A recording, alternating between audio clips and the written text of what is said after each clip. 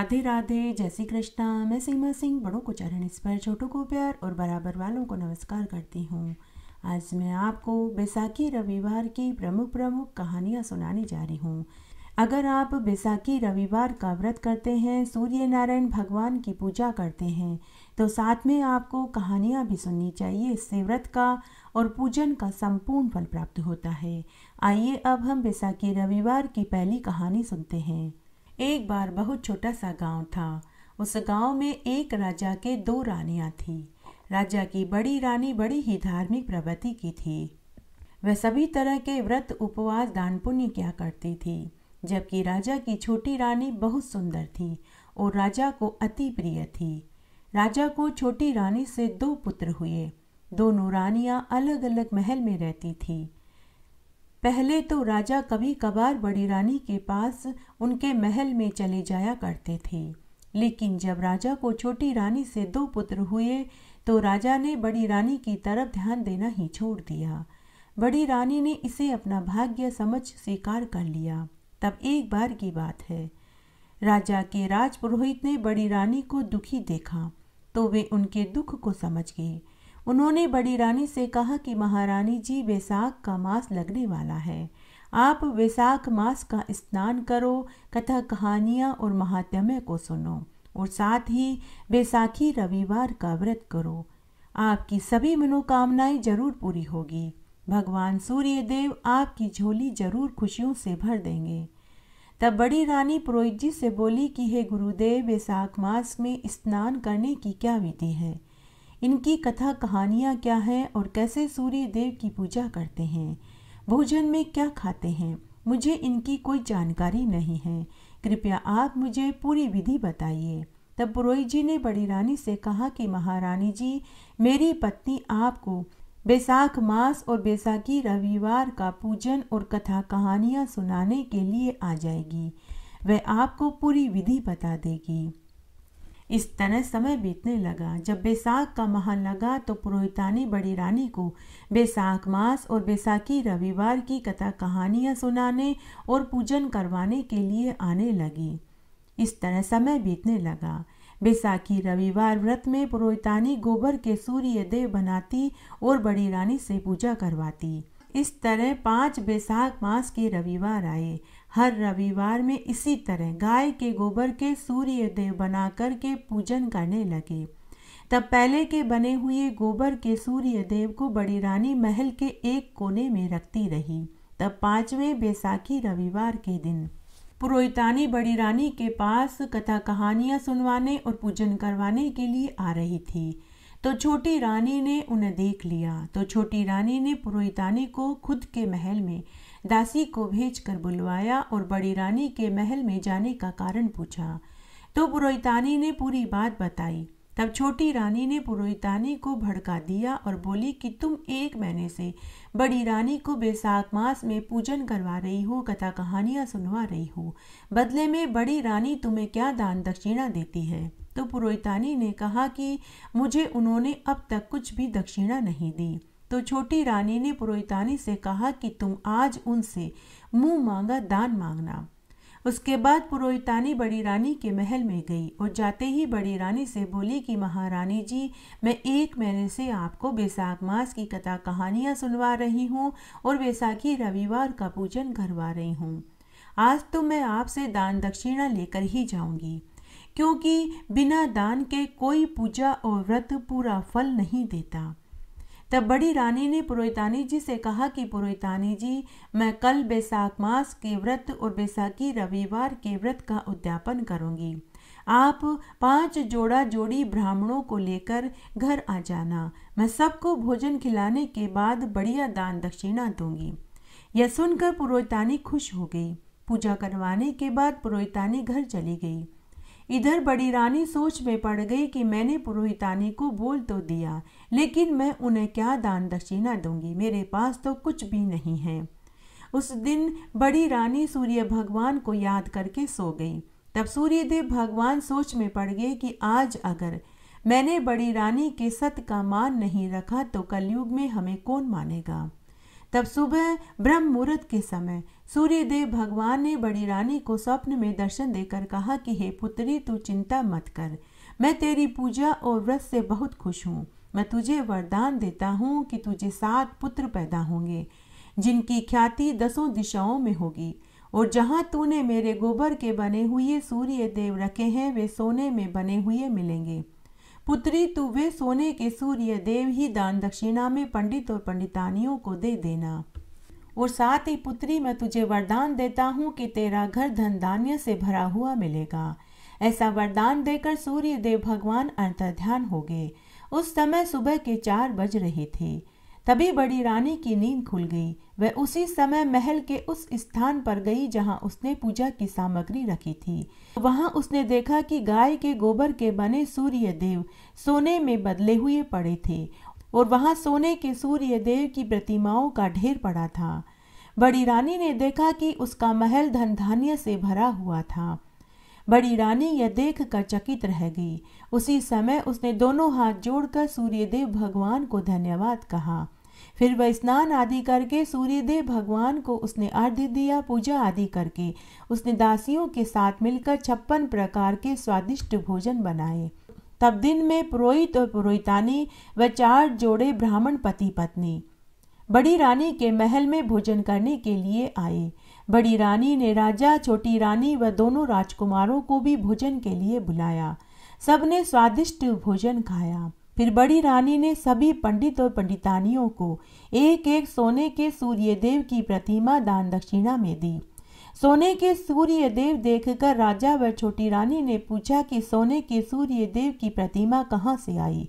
तब बड़ी रानी उन सबको अपने साथ लेकर महल के उसी पूजा सामग्री वाले स्थान पर लेकर गई, जहाँ ढेर सारे सोने के सूर्यदेव की प्रतिमाएं रखी थी। तब राज पुरोहित ने राजा से कहा कि हे महाराज, यह सब कुछ बड़ी रानी के सत का प्रताप है।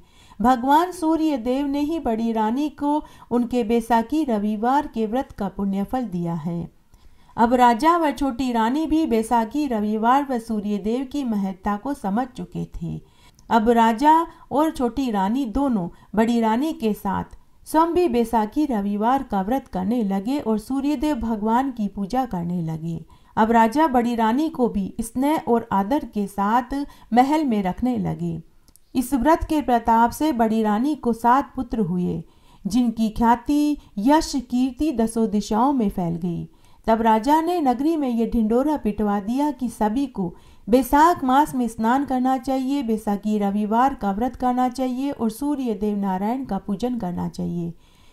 इस व्रत को करने से जिसकी जो मनोकामना होती है वही पूरी हो जाती है। घटती हो तो पूरी हो तो परवान चढ़े, भूले बिसरे नाम तेरे भंडार में भरे। बैसाखी रविवार की कहानी। एक बार बहुत छोटा सा गांव था। उस गांव में एक बहुत दुखी महिला थी। उसका पति उसे बहुत मारता पीटता था। उनकी शादी को कई बरस हो चुके थे, लेकिन उन्हें औलाद सुख की प्राप्ति नहीं हुई। तब एक दिन वह महिला मंदिर जा रही थी। तब उसने देखा कि गांव की कुछ औरतें सूर्य भगवान की पूजा कर रही थी और कथा कहानियों को सुन रही थी। तब उसने उन गांव की औरतों से पूछा कि तुम यह सब किसकी पूजा कर रही हो और किसकी कथा कहानियां सुन रही हो। तब गांव की औरतों ने कहा कि पुत्री, बैसाख का महीना चल रहा है। हम सब ने बैसाखी रविवार का व्रत किया है और हम सब सूर्य नारायण भगवान की पूजा कर रहे हैं और कथा कहानियां सुन रहे हैं। तो उस महिला ने गांव की औरतों से पूछा कि इस व्रत को करने से क्या फल मिलता है। तो गांव की औरतें बोली, बेटी, इस व्रत को करने से जिसकी जो इच्छा होती है वही पूरी होती है। धन चाहने वाले को धन, संतान सुख चाहने वाले को संतान सुख, पति का सुख चाहने वाले को पति सुख, कुंवारों के ब्याह हो, विद्या चाहने वाले को विद्या मिले। जो मनुष्य जिस चीज की इच्छा से इस व्रत को करता है, सूर्य नारायण भगवान उसकी वही इच्छा पूरी कर देते हैं। तो वह महिला गांव की औरतों से बोली कि मुझे भी औलाद सुख प्राप्त नहीं हुआ है और न ही मुझे पति का सुख मिला है। इस व्रत को करने से क्या मेरी भी इच्छा पूरी होगी? तो गांव की औरतों ने कहा कि बेटी, विश्वास में बड़ी ताकत है। तुम विश्वास करो और निस्वार्थ भाव से सूर्य नारायण भगवान का पूजन और व्रत करो। सूर्यदेव भगवान तुम्हारी भी सभी इच्छाएं पूरी करेंगे। भगवान चाहेंगे तो जरूर तुम्हारे आंगन में और तुम्हारी गोद में पुत्र होगा। तब उस औरत ने गांव की औरतों से सूर्य नारायण भगवान की पूजन की विधि और कथा पूछी और वह घर आ गई। घर आकर उसने निश्चय किया कि मैं भी अब बैसाखी रविवार का व्रत करूंगी। अब वह अपने पति से छिपाकर सूर्य भगवान की पूजा करने लगी। वह रोज गोबर के सूर्य भगवान बनाती और पूजा करती। एक दिन जब वह पूजा कर रही थी तो अचानक उसका पति घर आ गया। वह डर गई और गोबर के सूर्य भगवान को वहीं दही के बिलोने में डाल दिया। उसके पति ने आते ही कहा कि तू क्या कर रही थी, अभी तक खाना क्यों नहीं बनाया? तो उसकी पत्नी ने कहा कि आज मैं सिर नहाई थी, इसलिए मुझे भोजन बनाने में देर हो गई, अभी भोजन बनाए देती हूँ। तब उसने भोजन बनाया और जल्दी जल्दी अपने पति को भोजन परोस दिया। तभी उसके पति ने कहा, छाछ कहाँ है? यह सुनते ही उसकी पत्नी घबरा गई और उसे याद आया कि छाछ में तो उसने गोबर के बने हुए सूर्य भगवान को हड़बड़ी में डाल दिया था। फिर भी उसने डरते डरते छाछ लेने के लिए मिट्टी की हंडिया में हाथ डाला तो उसमें से सोने का कटोरा छाछ से भरा हुआ निकला। उसकी पत्नी ने वही कटोरा अपने पति के सामने रख दिया। सोने के कटोरे को देखकर पति ने पूछा कि यह सोने का कटोरा कहाँ से आया? तो उसकी पत्नी के मुंह में सूर्य नारायण भगवान आ गए और वे बोले कि यह सोने का कटोरा तो मेरे भाई ने मुझे विवाह के समय दिया था, आज ही निकाला है। तो उसका पति बोला कि अच्छा, पहले तूने कभी नहीं बताया कि तेरा भाई इतना पैसे वाला है, चलो हम आज ही तुम्हारे भाई के घर चलते हैं। और वह जिद करने लगा, लेकिन उसकी पत्नी ने कहा कि मैं पहले अपने भाई भाभी से पूछूंगी, उसके बाद ही मैं आपको बताऊंगी कि हमें कब चलना चाहिए। अब उसकी पत्नी सोच में पड़ गई कि उसने तो डर के मारे झूठ बोल दिया, लेकिन न तो उसका कोई भाई था और न ही माई का। रोज की तरह वह सुबह जल्दी उठी, नहाई धोई और सूर्य नारायण भगवान को अर्घ्य दी और फिर उसने गोबर के सूर्य नारायण भगवान बनाए और पूजा करते हुए प्रार्थना करने लगी कि हे सूर्य भगवान, मैंने आपको अपना भाई मान लिया है, मेरे पति से मैंने झूठ बोला है, अब आप ही मुझे बचाइए। तभी वहाँ आकाशवाणी हुई। आकाशवाणी ने कहा कि बहन, तुम कल एक दिन के लिए आ जाना। जिस दिशा में सूरज उगता है ठीक उसी दिशा में वन में आ जाना। जहाँ तुझे हाथी, घोड़े, ऊंट और महल दिखाई दे, तू समझ जाना वही तेरे भाई का घर है। वहीं तुझे तेरे भाई भतीजे और तेरा भाई मिलेगा। लेकिन तुम एक बात का ध्यान रखना, सवा प्रहर से ज़्यादा मत रुकना, क्योंकि सवा प्रहर तक ही मैं वहाँ रहूँगा, उसके बाद मुझे जाना होगा। तो उसने हामी भर दी। थोड़ी देर बाद उसका पति घर आया। घर आकर उसने आते ही अपनी पत्नी से कहा कि चलो हम तेरे भाई के घर चलते हैं। पत्नी ने कहा कि मेरे भाई भौजाई ने कहा है कि सिर्फ सवा प्रहर के लिए ही आना, इसलिए हम वहाँ ज़्यादा देर नहीं रुकेंगे। पति ने कहा ठीक है। उसके बाद उसकी पत्नी अपने पति को लेकर जिधर सूर्य उगता है उस दिशा में वन की ओर चल पड़ी। चलते चलते वे वन में पहुँच गए। तभी उन्हें एक बहुत बड़ा महल दिखाई दिया, जहाँ हाथी, घोड़ा, ऊंट, नौकर, चाकर सभी थे। उसके भाई भाभी और भतीजे भतीजियों ने खूब आदर सम्मान किया। उन्हें स्वादिष्ट तरह तरह के व्यंजन खिलाए, उपहार में कीमती आभूषण और रेशमी वस्त्र दिए। इस तरह सवा प्रहर बीत गया। सवा प्रहर बीतते ही पत्नी ने पति से कहा कि चलो अब हमें वापस अपने घर चलना है, लेकिन पति जिद करने लगा। लेकिन पत्नी ने कहा कि सवा प्रहर के लिए ही मेरे भाई भाभी ने आने के लिए कहा था, इसलिए अब हम और ज़्यादा नहीं रुक सकते। तब सूर्य नारायण भगवान और उनकी पत्नी ने खूब सारे उपहार देकर उन्हें रथ में बैठा कर के विदा कर दिया। दोनों पति पत्नी रथ में बैठकर घर की ओर चल दिए। थोड़ी दूर चलने के बाद उसका पति बोला कि तेरे भाई ने हमें रथ तो दे दिया, घोड़े भी दे दिए, लेकिन चाबुक नहीं दिया। चलो वापस हम चाबुक लेकर आते हैं। पत्नी ने कहा कि नहीं, अब हम वापस नहीं जाएंगे, हमें उन्होंने बहुत सा धन दिया है, इतना धन दिया है कि हमारी 7 पीढ़ियां बैठ कर के खाए तो भी धन खत्म नहीं होगा। हम दूसरा चाबुक बाजार से खरीद लेंगे। लेकिन उसका पति नहीं माना। तो पत्नी ने कहा कि मैं रथ लेकर घर जा रही हूँ, आप अकेले ही चले जाइए। उसके बाद उसकी पत्नी रथ में बैठकर सामान लेकर घर आ गई। उधर उसका पति उसी स्थान पर वापस गया। पूरा दिन वह इधर उधर भटकता रहा, लेकिन उसे वहां कुछ नहीं मिला। उधर उसका पति अकेले ही उस स्थान पर पहुंचा, लेकिन वहां पर कोई महल माड़ियां, हाथी घोड़े ऊंट नहीं थे। नहीं कोई नौकर चाकर, नहीं कोई भाई भतीजा और भाभी मिले। पूरा दिन वह इधर उधर भटकता रहा। थोड़ी देर में ही वहां एक बिजली सी चमकी, जहां एक पेड़ पर एक चाबुक लटक रहा था। पति चाबुक लेकर घर आया। घर आते ही वह क्रोधित होते हुए अपनी पत्नी से पूछने लगा कि सच सच बता, जिस स्थान पर तू अपना मायका बता रही थी वहां तो अभी कुछ भी नहीं है, दूर तक धूल उड़ रही है। केवल एक पेड़ के ऊपर यह चाबुक लटका हुआ मिला। सच सच बता, नहीं तो इसी चाबुक से मार मार कर तेरी खाल उधेड़ दूंगा। मुझे तो तुम्हारे भाई का घर कहीं नहीं मिला। तब उसकी पत्नी ने बैसाखी, रविवार और सूर्य नारायण भगवान के व्रत की महिमा को बताया कि सूर्य नारायण भगवान ही मेरे भाई बनकर के आए थे। लेकिन उसके पति को विश्वास नहीं हुआ कि कहीं भगवान भी भाई बनकर के आते हैं। वह जैसे ही चाबुक उठाकर अपनी पत्नी को मारने के लिए हुआ, उसी क्षण वहां सूर्य नारायण भगवान साक्षात रूप से प्रकट हो गए और उन्होंने आकर के उसके हाथ से चाबुक छीन लिया और बोले कि तेरी पत्नी बैसाखी रविवार का व्रत करती थी और मेरा पूजन करती थी, इसीलिए मैं इसका भाई बनकर इसके दुख को दूर करने के लिए आया था। जो भी मनुष्य बैसाखी रविवार का व्रत करेंगे और मेरा पूजन करेंगे, मैं उनका भाई बनकर पग पग पर उनकी मदद करूंगा। ऐसा सुनते ही उसका पति सूर्य नारायण भगवान के चरणों में गिर पड़ा और अपनी गलती की क्षमा मांगने लगा। उस दिन उसके पति को भी बैसाखी रविवार और सूर्य नारायण भगवान के व्रत और पूजन की महिमा का पता चल चुका था। अब वह भी अपनी पत्नी के साथ बैसाखी रविवार का अलूणा व्रत करने लगा और सूर्य नारायण भगवान की पूजा करने लगा। घटती हो तो पूरी हो, पूरी हो तो परवान चढ़े, भूले बिसरे नाम तेरे भंडार में भरे। बैसाखी रविवार की कहानी। एक बार की बात है, किसी नगर में एक सेठ सेठानी रहते थे। उनके 5 बेटा बहू थे। 4 बहुएं तो अमीर घर से थी, जिनके परिवार में सब थे। माँ पिता, भाई बहन, भौजाई, भतीजा भतीजी सभी थे। वे चारों बहुएं हर वार त्योहार को अपने मायके जाती थी। परंतु 5वीं बहू बड़ी ही गरीब थी। उसके माता पिता बचपन में ही गुजर गए थे।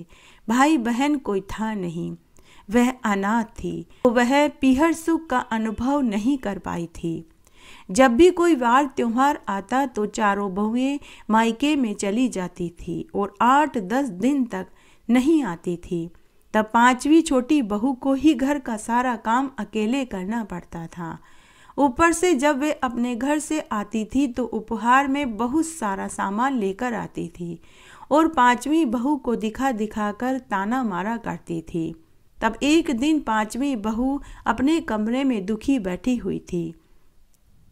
उसे लग रहा था कि उसकी किस्मत बड़ी ही खराब है कि मेरे तो आगे पीछे कोई नहीं है जो मुझे 2 दिन के लिए बुला ले, मेरा भी आव भगत करे, मुझे भी अच्छे अच्छे कीमती उपहार दे। हे भगवान, अगर मेरे भी भाई होता तो मैं भी इस सुख का अनुभव कर पाती। तब एक दिन वह सुबह सुबह पनघट पर पानी भरने के लिए गई तो वहाँ बैठी बैठी रो रही थी। तभी सूर्य नारायण भगवान के उगने का समय हो गया। जैसे ही सूर्य नारायण भगवान उगे तो उन्होंने देखा कि आज तो मेरा कोई आंसुओं से स्वागत कर रहा है। तो सूर्य नारायण भगवान ने उसके मन की बात को जान लिया। सूर्य नारायण भगवान ने मनुष्य का रूप धारण किया और 5वीं बहू के पास आए और पूछने लगे कि बहन, तुम क्यों रो रही हो? तो बहू ने पूरी बात सुना दी और बोली कि मैं बहुत बदनसीब हूँ, मेरे माता पिता नहीं, मेरे कोई भाई बहन नहीं, ऐसा कोई नहीं जो मुझे अपने घर 2 दिन के लिए बुलाए। मायके का सुख क्या होता है यह मैंने कभी अनुभव नहीं किया। और फिर वह रोने लगी।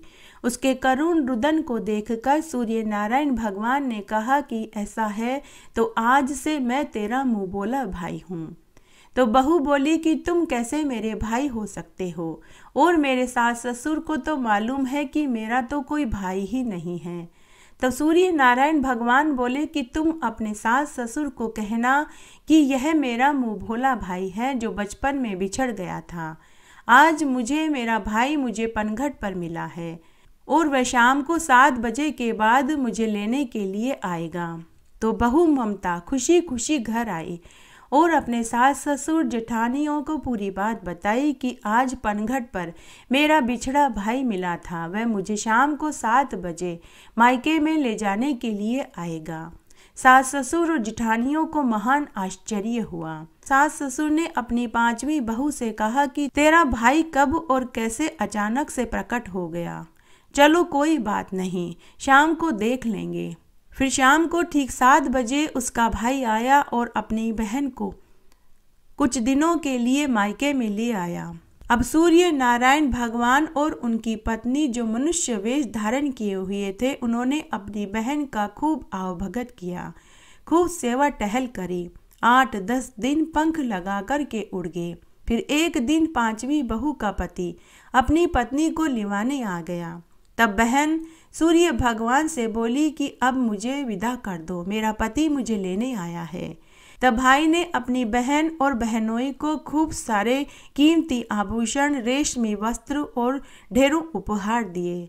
तब सूर्य नारायण भगवान ने अपनी बहन से एकांत में जाकर के कहा कि बहन, जब तुम विदा होकर के जाओ तो अपनी भाभी के गले लगकर खूब रोना। जब वह तुमसे रोने का कारण पूछे तो तुम कहना कि भाभी तुम मुझे अपने गले का नौलखा हार दे दो। बहन ने अपने भाई से कहा कि भाई, मुझे भाभी ने पहले से ही बहुत सारे उपहार दे दिए हैं, तो मैं नौलखा हार मांग कर क्या करूँगी। तो सूर्य नारायण भगवान ने अपनी बहन से कहा कि बहन, जैसा मैं कहता हूँ वैसा ही करना। तब बहन ने हामी भर दी। उधर सूर्य भगवान की पत्नी ने अपनी ननद को एकांत में ले जाकर के कहा कि बाईसा, जब आप विदा होकर जाने लगो तो अपने भाई के गले लगकर खूब रोना।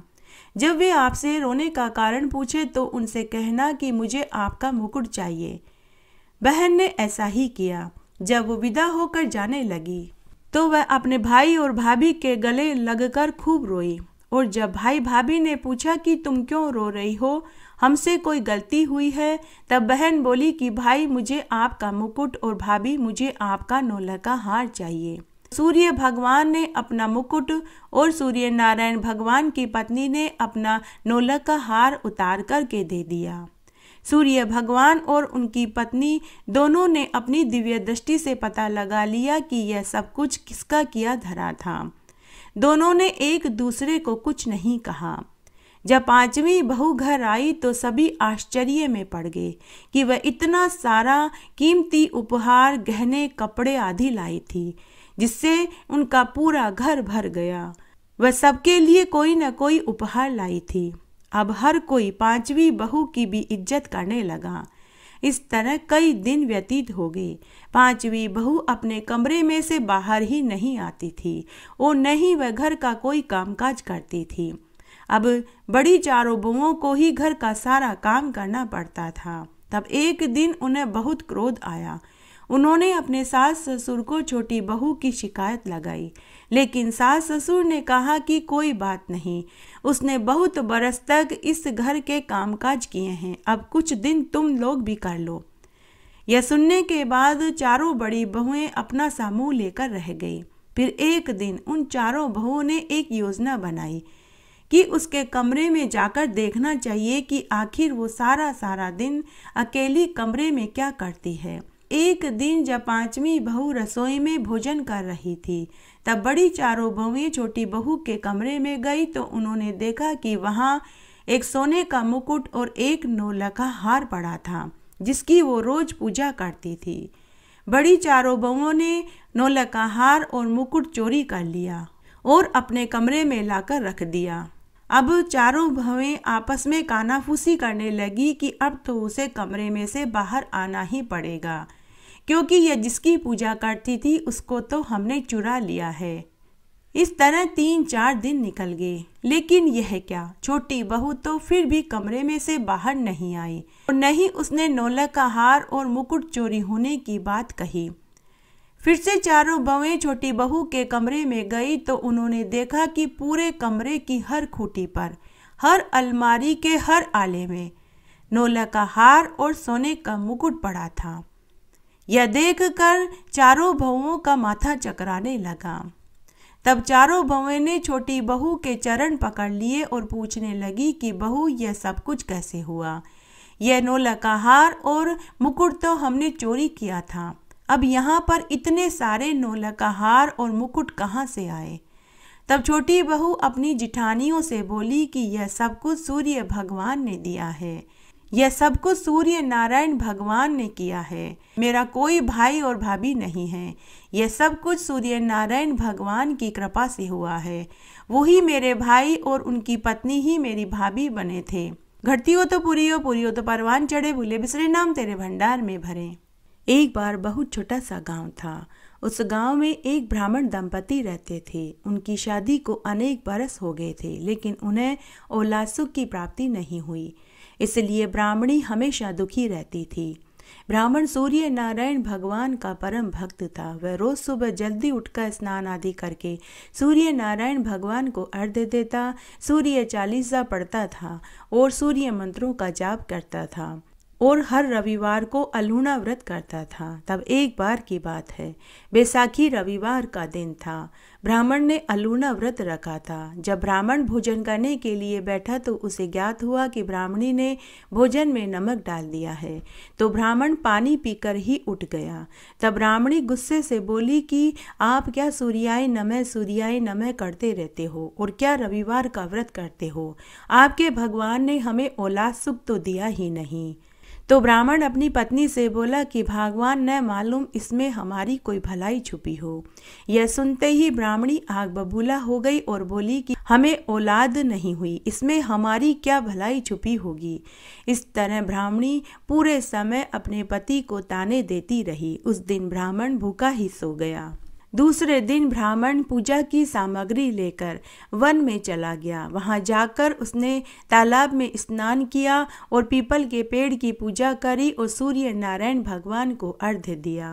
तभी उसी समय सूर्य नारायण भगवान एक वृद्ध ब्राह्मण का वेश बनाकर के आए और वहीं चबूतरे पर आकर बैठ गए जहां ब्राह्मण पूजा कर रहा था। जब वह ब्राह्मण पूजा करके घर जाने लगा तो वृद्ध ब्राह्मण रूप में सूर्य नारायण भगवान ब्राह्मण से बोले कि हे वत्स, बहुत भूख लगी है, क्या मुझे खाने को मिलेगा? तब ब्राह्मण बोला कि जरूर मिलेगा, आप मेरे साथ मेरे घर चलिए। तब वह ब्राह्मण उस वृद्ध ब्राह्मण को घर ले आया और उसे आसन पर बैठा दिया। फिर ब्राह्मण ने अपनी पत्नी को पूरी बात बताई। ब्राह्मणी पहले से ही गुस्से में भरी हुई थी। वह बोली कि एक तो आप रोज सूर्य नारायण भगवान की पूजा करो और रविवार का व्रत करो और फिर हर किसी को खाना खाने के लिए घर ले आओ। तब ब्राह्मण अपनी पत्नी से बोला कि भगवान अतिथि तो देवता होते हैं, तुम्हें जो भी गुस्सा करना है तुम मेरे ऊपर करो, लेकिन घर आए मेहमान को कुछ मत कहो। फिर उसकी पत्नी ने भोजन बनाया। फिर वृद्ध ब्राह्मण जो सूर्य नारायण भगवान थे उन ब्राह्मण दंपति ने भोजन खिलाया। वृद्ध ब्राह्मण जो सूर्य नारायण भगवान थे उन्होंने ब्राह्मण दंपति से कहा कि हे वत्स, जो मुझे भोजन खिलाता है वो मुझे दक्षिणा भी देता है। तब ब्राह्मण दंपति ने उन्हें दक्षिणा भी दी। तब वृद्ध ब्राह्मण वेश में सूर्य नारायण भगवान के दोनों ब्राह्मण दंपति ने पांव छूकर आशीर्वाद लिया। तब वृद्ध ब्राह्मण रूप में सूर्य नारायण भगवान ने ब्राह्मण की पत्नी को कहा, दूधो नहाओ पूतो फलो, सदा सुहागन रहो। ब्राह्मण दंपति अतिथि से बोले कि हे अतिथि, हमारे कोई औलाद नहीं है। तब वृद्ध ब्राह्मण रूप में सूर्य नारायण भगवान ने कहा कि तुम चिंता मत करो, बैसाख का महीना चल रहा है, तुमने एक वृद्ध ब्राह्मण को भोजन खिलाया है, दक्षिणा दी है, सूर्य नारायण भगवान तुम्हारा कल्याण करेंगे। इतना कहते ही वह वृद्ध ब्राह्मण अंतर्ध्यान हो गए। अतिथि को अचानक गायब होता देखकर ब्राह्मण दंपति को महान आश्चर्य हुआ। उनके आश्चर्य का ठिकाना नहीं रहा कि यह कैसा चमत्कार हुआ। वृद्ध ब्राह्मण अचानक कहाँ गायब हो गए। तब दोनों ब्राह्मण पति पत्नी उसी वन में उसी पीपल के पेड़ के पास पहुँचे जहाँ ब्राह्मण ने पूजा करी थी। वहाँ जाकर वे क्षमा याचना करने लगे। तभी वहाँ आकाशवाणी हुई। सूर्य नारायण भगवान ने कहा कि वत्स तुम घर जाओ, तुम दोनों की सभी मनोकामनाएं पूरी होगी। यह सब कुछ देखने के बाद ब्राह्मणी को भी सूर्य नारायण भगवान की पूजा में आस्था बढ़ गई। अब वह भी रोज सुबह जल्दी उठकर सूर्य नारायण भगवान को अर्घ्य देने लगी और हर रविवार का अलूना व्रत अपने पति के साथ करने लगी। कुछ महीनों के बाद ही ब्राह्मणी को गर्भ ठहर गया और 10वें महीने में 2 जुड़वा पुत्र पैदा हुए। यह सब कुछ बैसाखी रविवार के व्रत करने के वरदान से हुआ था। सूर्य नारायण भगवान की कृपा से उनके घर में अन्न धन के भंडार भर गए। अब ब्राह्मणी भी हर रविवार का व्रत करने लगी और सूर्य नारायण भगवान को अर्घ्य देने लगी। हे सूर्य नारायण भगवान, जैसे आपने ब्राह्मण पति पत्नी को पुत्र सुख दिया, उनकी सभी मनोकामनाएं पूरी करी, वैसी सबकी करना। कहानी कहने वाले की, सुनने वाले की और हुक्कारा भरने वाले की। घटती हो तो पूरी हो तो परवान चढ़े, भूले बिसरे नाम तेरे भंडार में भरे। एक बार बहुत छोटा सा गांव था। उस गांव में एक बुढ़िया माई अपने बेटे के साथ रहती थी। बुढ़िया माई जंगल से लकड़ियां काटकर लाती और शहर में बेचती और उसका बेटा गांव के लोगों की गायें चराता था। बदले में वे उसे ग्वाली देते थे, उसी से उनका गुजर बसर चलता था। तब एक बार की बात है, उस बुढ़िया का बेटा कई महीनों से देख रहा था कि एक सुनहरे रंग की गाय उसकी गायों के साथ चरने के लिए आती थी, लेकिन उस गाय को चराने की उसे ग्वाली नहीं मिलती थी। उसने यह बात अपनी माँ को बताई कि माँ, मेरी गायों के झुंड में एक सुनहरी रंग की गाय भी चरती है, लेकिन मुझे आज तक उस गाय की चराई की ग्वाली नहीं मिली। तो उसकी माँ ने कहा कि बेटा आज शाम को जब सभी गायें अपने अपने घरों को जाए, तब उस सुनहरी गाय के पीछे पीछे जाना। वह गाय जिस घर में जाए उसी घर के मालिक से तू ग्वाली मांग कर ले आना। बुढ़िया के बेटे ने ऐसा ही किया। शाम को जब सभी गायें अपने अपने घरों को जाने लगी तो बुढ़िया का बेटा सुनहरी गाय के पीछे पीछे चलने लगा। बहुत दूर चलने के बाद वह सुनहरी गाय एक बहुत सुंदर से महल नुमा मकान के अंदर गई। ग्वाला वहीं ठहर गया। रात्रि में जब पहरेदार मुख्य दरवाजा बंद करने के लिए आया तो उसने पूछा कि भाई, तुम कौन हो और यहाँ क्यों बैठे हो? तो बुढ़िया का बेटा बोला कि मैं कई महीनों से इस घर की गाय को चरा रहा हूँ, लेकिन मुझे उसकी चराई की ग्वाली अभी तक नहीं मिली है। पहरेदार ने इसकी सूचना महल की दासी को दी। दासी ने यह सूचना जाकर राणादे से कही। राणादे ने दासी के हाथ एक थाल में ज्वार और बाजरी भिजवा दी। तब दासी ने उस थाल की ज्वार और बाजरी बुढ़िया के बेटे को दे दी। बुढ़िया के बेटे ने उसे गमछे में बांध लिया और उस गमछे को कंधे पर लटकाकर घर की ओर चल पड़ा। रास्ते भर उसे बहुत क्रोध आ रहा था कि इतनी दूर यहाँ गाय के चराई की ग्वाली लेने आया तो बदले में यह ज्वार और बाजरी मिली। इस तरह वह घर आया और घर आकर सो गया। दूसरे दिन रोज की तरह उसकी माँ जल्दी उठी। उसने बेटे के गमछे को खोल कर देखा तो उसमें ज्वार और बाजरी सोने में बदल चुकी थी। माँ ने बेटे को जगा कर के दिखाया। ज्वार और बाजरी को सोने में बदला हुआ देखा तो बेटे के आश्चर्य का ठिकाना नहीं रहा। तब बेटे ने रात वाली बात अपनी माँ को बताई तो उसकी माँ ने कहा कि बेटा, वह गाय तो सूर्य नारायण भगवान की थी, जिसकी ग्वाली में राणा दे ने तुझे ज्वार और बाजरी दी और वह ज्वार और बाजरी सोने में बदल गई। इस प्रकार दोनों माँ बेटे की कई जन्मों की गरीबी दूर हो गई। घटती हो तो पूरी हो तो परवान चढ़े, भूले बिसरे नाम तेरे भंडार में भरे। इस तरह हमने आज बैसाखी रविवार की प्रमुख कहानियाँ सुनी। आशा करती हूँ यह आपको जरूर पसंद आएगी। मेरे साथ बने रहने के लिए आपका धन्यवाद। आगे आने वाली कथा कहानियों के लिए भी आप इसी तरह मेरे साथ बने रहें। धन्यवाद।